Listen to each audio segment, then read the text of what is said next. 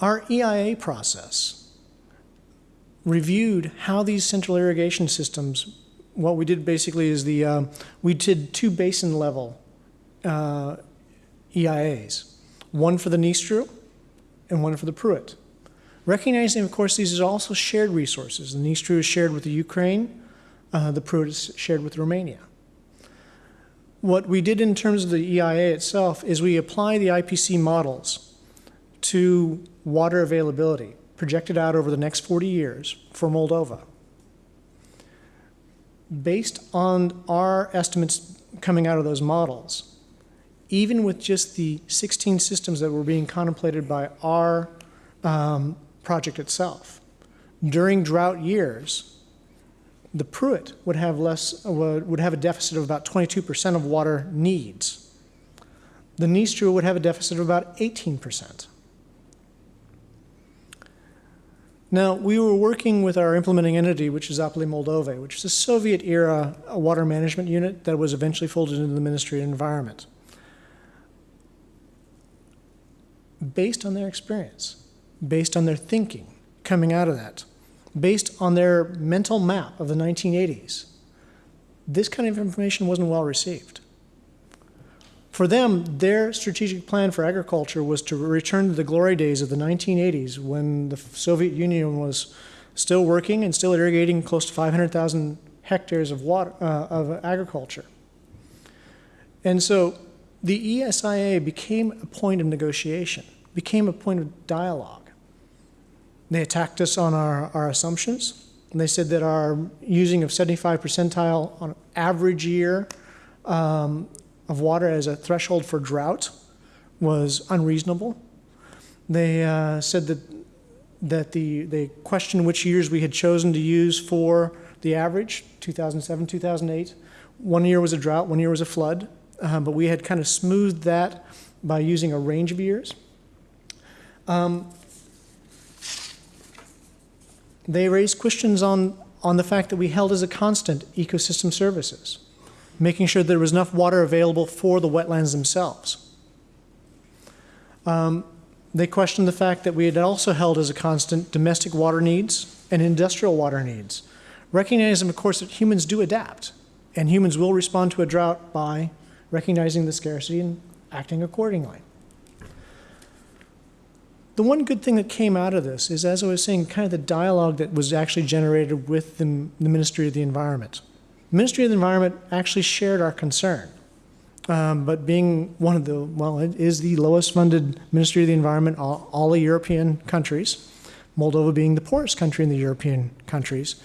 And so they did not have the data with which they could actually make the case to Apple Moldova, which was a much stronger, much larger agency and much more powerful.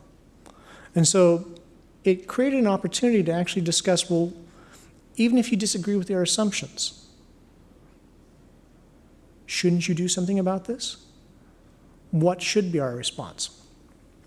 The good story that comes out of it is that the MCC has been able to designate part of our funding as a compact to work with the EU to help them rewrite their water law.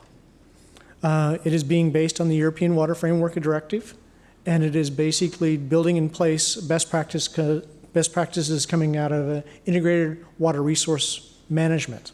So we've stipulated a 12-year water rights regime, and we've started working with Apple Moldova to basically understand that water is going to be a constraint into the future. We've also worked with them to improve their monitoring. Many of their monitoring systems going back to the Soviet era had finally broken down, so they had no idea how much water they had. The way they found out how much water they had in the Dniester was to call the Ukrainians and ask them how much water they released from the dams. And that was their model for knowing how much water they had available. And so they were dishing out special use permits, pretty much like candy. And then, as part of the law itself, we've been able to talk with Apple Moldova about changing what its actual role is and instituting a system of district-level water basin committees, developing water management plans and action plans which they can act upon. What originally had started out as a somewhat difficult discussion to have actually proved to be something that they really embraced. And they recognize now that this is one more step in their hopeful ascension eventually into the European Union. But it allows them to modernize their own water resource management and resource use, recognizing that climate change will change what they perceive as their water availability and what they're recognizing over time. We have the opposite situation in many other countries. Many countries are acutely aware of what climate change means for them. The challenge we face then as MCC with our restriction of a 5-year program is that what can we do to address these long-term needs? Many of them take a lot longer than 5 years to address. Moreover, what does it mean in terms of building it into our projects? In places like Philippines, Malawi, and in Indonesia, there has been an effort on our part to look at what it means in terms of standards for the infrastructure you build. If you built things to a 1 in 20-year event in the past, does that mean you now have to build to a standard of 1 to 50, 1 to 100?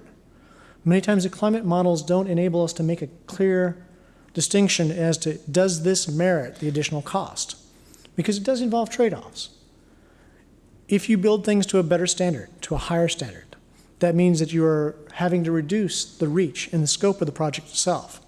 And many countries have a hard time acknowledging that because it's in their best interest to reach as many beneficiaries as possible, but these added costs have an implication in terms of budget. They have an added implication in terms of internal rate of return of the project itself.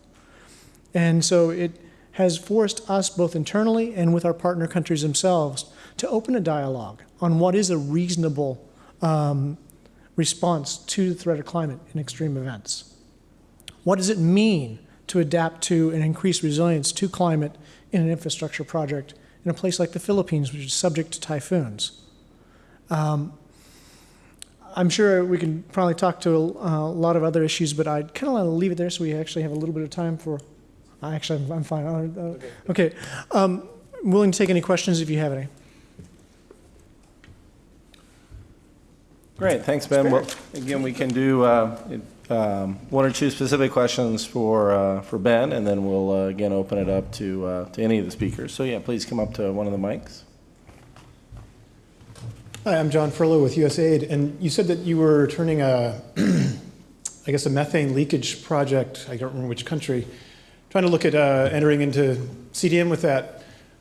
We've had, under the previous administration, we weren't able to get involved in those sorts of things because of the U.S. non-relationship with Kyoto. And I was wondering if, because of the in-country sort of reincorporation that MCC goes through, is that how you got around that, or did you just ignore it, or how'd you pull that off? It was actually the Republic of Georgia, and it was with working within themselves in terms of providing them basically the background studies and the information that they needed themselves to then approach the World Bank as part of a CDM mechanism. I mean, it is the one advantage of having kind of the country-driven development approach in that even if we as the U.S. government are not signatories to the Kyoto Protocol, the countries where we do work are. And so we can help them in terms of providing the basis, helping them work through it, providing the technical assistance to allow them to do that.